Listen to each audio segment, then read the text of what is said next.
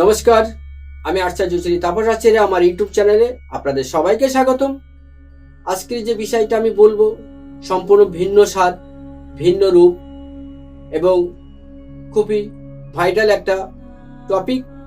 আপনারা টপিকটা পুরোটাই শুনবেন, কারণ আপনার ভাগ্য আপনার মধ্যে লুকিয়ে আছে। কিভাবে লুকিয়ে আছে?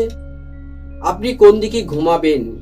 আমাদের চারটি দিক আছে, চারদিকে চারটি দেবতা আছে, এবং আপনি কোন দিকে ঘুমাবেন সেদিক থেকে আপনার জীবনে কিন্তু ভাগ্য দুয়ার খুলে দিতে পারে। যদি আপনি উত্তর দিকে মাথা দিয়ে ঘুমান তাহলে কিন্তু আপনার জীবনের দুর্গতির সীমা থাকবে না, কারণ উত্তর দিকে আছে চৌম্বক, পৃথিবীর শেষ প্রান্ত।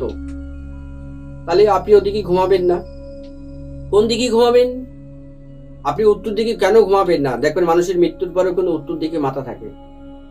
আপনি যদি পূর্ব দিকে মাথা করে ঘুমাতে পারেন তাহলে কিন্তু আপনার স্মৃতিশক্তি, ব্যবসা, দাম্পত্য, শারীরিক, অর্থনৈতিক আপনার জীবনে কিন্তু বয়ে নিয়ে আসবে। এই ঘুমই আপনার জীবনের পরিবর্তন ঘটাতে পারে যদি আপনি ঠিক করে ঘুমাতে পারেন।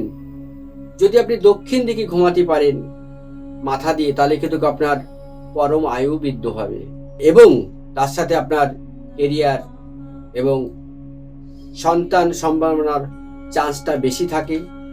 অর্থের দিক থেকে আপনার প্রচন্ড সফলতা দেয়, ব্যবসার দিক থেকে আপনার অনেকটা উন্নতি দেয়। তাহলে দক্ষিণ দিকে যদি আপনি শোন মাথা করে, তাহলে কিন্তু আপনার জীবনে প্রচুর সফলতা এনে দিতে পারে। আপনি যদি পশ্চিম দিকে মাথা করে ঘুমান সেক্ষেত্রে কিন্তু আপনার ক্রমশই আপনি ড্যামেজ থেকে আরো ড্যামেজ নিচে চলে যাবে, তলান্তলেতে নেমে যাবেন। কোনো পালি আপনার জীবনে পয়সা আর্নিং হবে না, কোনো পালি আপনার জীবনে সাকসেস আসবে না। শনি আপনাকে সবসময় ডাউনে রাখবে, মানুষের কাছে অহেতুক আপনি ঝুট ঝামেলায় জড়িয়ে যাবেন। তাই আপনারা চেষ্টা করুন যে কোন দিকে আপনারা ঘুমাবেন। পূর্ব দিকে ঘুমালে আপনাদের মান, যশ, খ্যাতি, স্মৃতিশক্তি, পড়াশুনোয় উন্নতি, সমস্ত বিপদ থেকে আপনাকে রক্ষা করবে। কারণ পূর্ব দিকে আমাদের দেবরাজ ইন্দ্র এবং সূর্যদেবের বাসস্থান।